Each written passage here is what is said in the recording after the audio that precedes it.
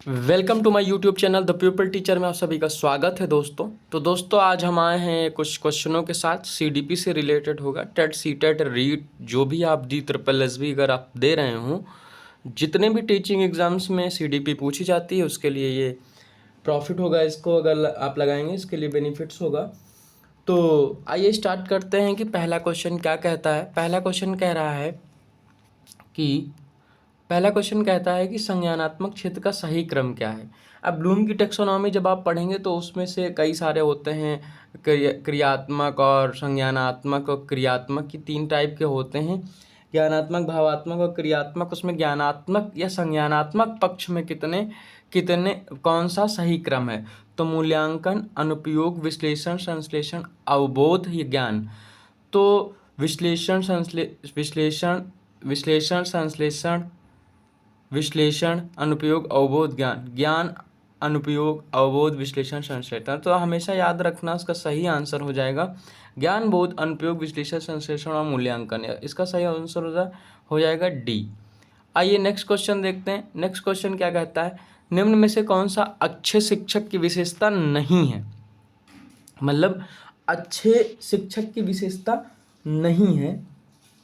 तो देखो, जो ऊपर नहीं पूछा, जो नीचे नहीं होगा वही सही होगा। जनतांत्रिक बिल्कुल होना चाहिए, सहानुभूत होना चाहिए, वांछनीय सूचनाएं देने वाला बिल्कुल कंटेंट से रिलेटेड हो वो सूचनाएं दें। पूर्ण स्वेच्छाचारी नहीं होना चाहिए, मतलब बच्चों के आधार पर बच्चों के हित में सोचे वही सही होगा। ठीक है, तो इसका सही आंसर हो जाएगा सी ऑप्शन, पूर्ण स्वेच्छाचारी नहीं होना चाहिए। नेक्स्ट क्वेश्चन देखते हैं। अभिप्रेरणा का प्रत्याशा सिद्धांत किसके द्वारा दिया गया है।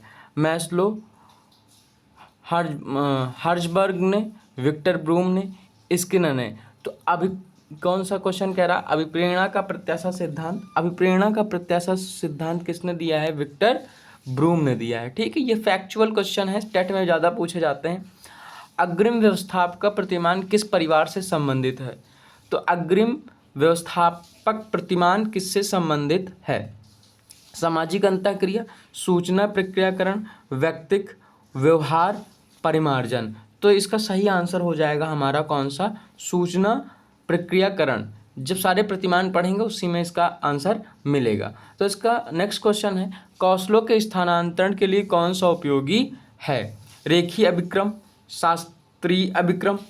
कौशल अंतरण एक गति है ना कि उद्देश्य, तैयारी और सर्जन। तो इसका सही हो जाएगा हमारा आंसर, कौशल एक अंतरण है, अंतरण गति है ना कि उद्देश्य। ठीक, इसका सही आंसर हो जाएगा सी। आइए नेक्स्ट क्वेश्चन देखते हैं। नेक्स्ट क्वेश्चन क्या कहता है, निम्न में से कौन सा शिक्षक का शिक्षण होना चाहिए था। यहाँ पे क्या हो जाएगा, यहाँ पे एक सेकेंड। हाँ, ये क्वेश्चन था हमारा क्वेश्चन नंबर 6 जो कह रहा था कि यहाँ पे शिक्षण का सूत्र नहीं है। तो हमने बता भी रखा है कि उनके मैकडूगल के अनुसार, किनके अनुसार, मैकडूगल के अनुसार तो मूल प्रवृत्तियाँ दी गई थी। हरविंसन एंड कामिनियस के अनुसार कितने शिक्षण सूत्र बताए गए हैं, 11 शिक्षण सूत्र बताए गए हैं। उन्हीं शिक्षण सूत्रों में क्या है, जैसे निश्चित से अनिश्चित की ओर या निश्चित से निश्चित की ओर सही है, दृश्य से अदृश्य सही है, सरल से कठिन सही है, लेकिन निगमन से आगमन की ओर एक विधि है, शिक्षण विधि है ना कि सूत्र। विधि और सूत्र में डिफरेंस होता है, ये जब टॉपिक पढ़ेंगे तो जरूर बताएंगे। ठीक है, देखो शिक्षण विधि के अंदर एक शिक्षण सूत्र आते हैं, कोई एक विधि है उसके अंदर शिक्षण सूत्र आएंगे। तो हमने शिक्षण और सूत्र की पूरी वीडियो बना रखी है, आप लोग जरूर देखिएगा। ठीक है, नेक्स्ट क्वेश्चन देखते हैं। नेक्स्ट क्वेश्चन क्या कहता है, सूक्ष्म शिक्षण का चक्रण का प्रथम पद क्या होता है। जब आप पाठ्य योजना बनाते हैं तो सबसे पहले क्या करते हैं, सबसे पहले प्रस्तावना, शिक्षण योजना बनाना, प्रस्तावना, प्रतिपुष्टि। तो सबसे पहले आप खुद ही योजना बनाते हैं, तो क्या हो जाएगा, आंसर नंबर 20 का सही हो जाएगा। ऑप्शन नंबर 20 का क्या हो जाएगा, सही आंसर हो जाएगा। देखो पाठ्य योजना में होता क्या है, सबसे पहले पाठ्य योजना बनाई जाती है, फिर शिक्षण कराया जाता है, प्रतिपुष्टि मतलब रेनफोर्समेंट दिया जाता है, मतलब फीडबैक, सॉरी रेनफोर्समेंट, प्रतिपुष्टि मतलब फीडबैक लिया जाता है, फिर पुनः पाठ्य योजना होती है, फिर पुनः शिक्षण होता है, फिर पुनः प्रतिपुष्टि होती है। ठीक है, ये शिक्षण 36 मिनट का, 36 मिनट का होता है, 6 का होता है, लेकिन 12 का पुनः पुनः परियोजना जो बनती है, पुनः पाठ्य योजना जो बनती है उसको 12 मिनट देते हैं। ठीक है, आइए नेक्स्ट क्वेश्चन देखते हैं। नेक्स्ट क्वेश्चन क्या कहता है? नेक्स्ट क्वेश्चन कहता है निम्न में से कौन सा बोध स्तर, स्टार नहीं, बोध स्तर क्या है? बोध स्तर के शिक्षण में शामिल नहीं है। अनुपयोग, तुलना, पृथक, अन्वेषण जो है हमारा वो शामिल नहीं है। कौन शामिल नहीं है?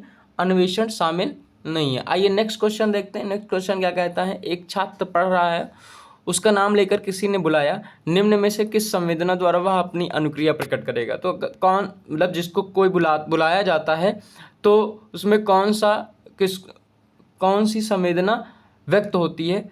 तो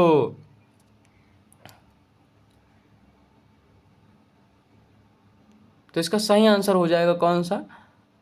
ध्वनि संवेदना। ध्वनि के आधार पर ही वो क्या करता है? अपनी क्रिया करता है।